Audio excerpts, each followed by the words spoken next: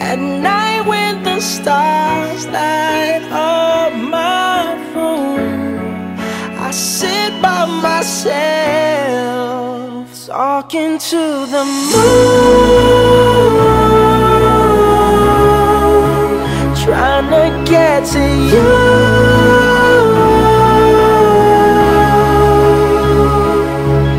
In hopes you're on the other side, talking to me too. Or am I a fool who sits alone, talking to the moon? Oh.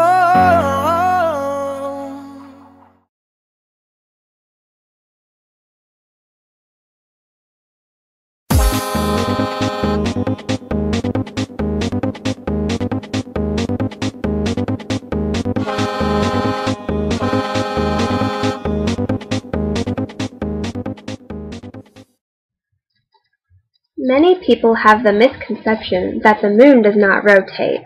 Let's see what the moon would look like relative to the Earth if it did not rotate at all.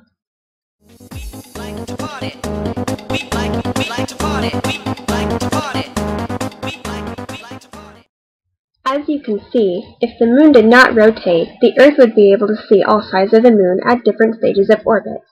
Now let's see what would happen if the moon did rotate.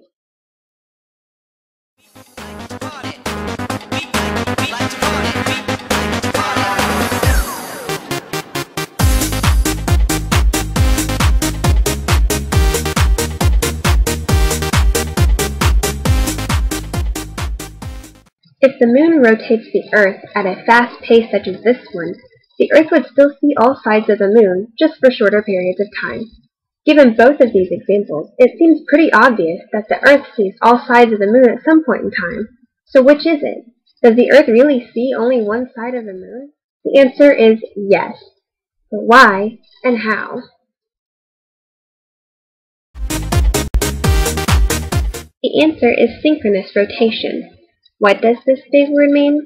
Synchronous rotation occurs when the rotation of an orbiting body is equal to the period of orbit around its primary body. Sounds a little confusing, right? How about we see it in action to help clear things up?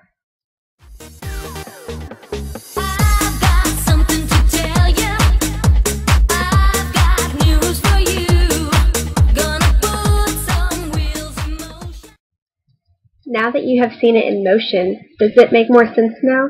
Synchronous rotation is just a fancy way of saying that, in this case, the moon rotates exactly one whole time once every trip it makes around the Earth. But how did this come about? Although we have no solid proof, it is thought that at one point the moon rotated much faster than it does today. What slowed it down, though?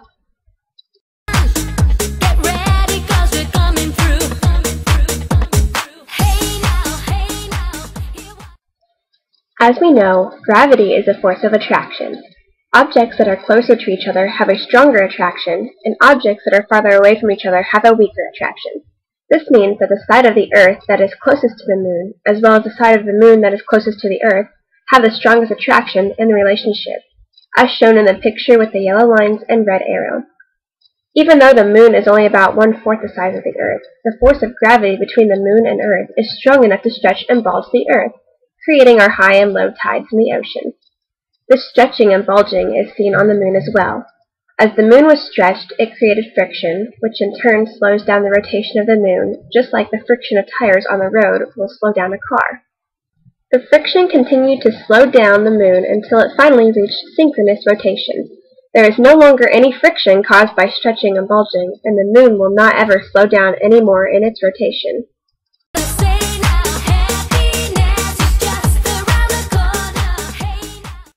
Sounds pretty awesome, doesn't it?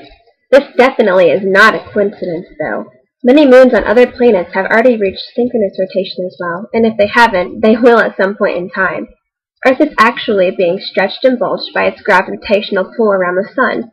This means that Earth's rotation is also slowing down, and someday there will not only be a dark side of the moon, but there will also be a dark side of the Earth.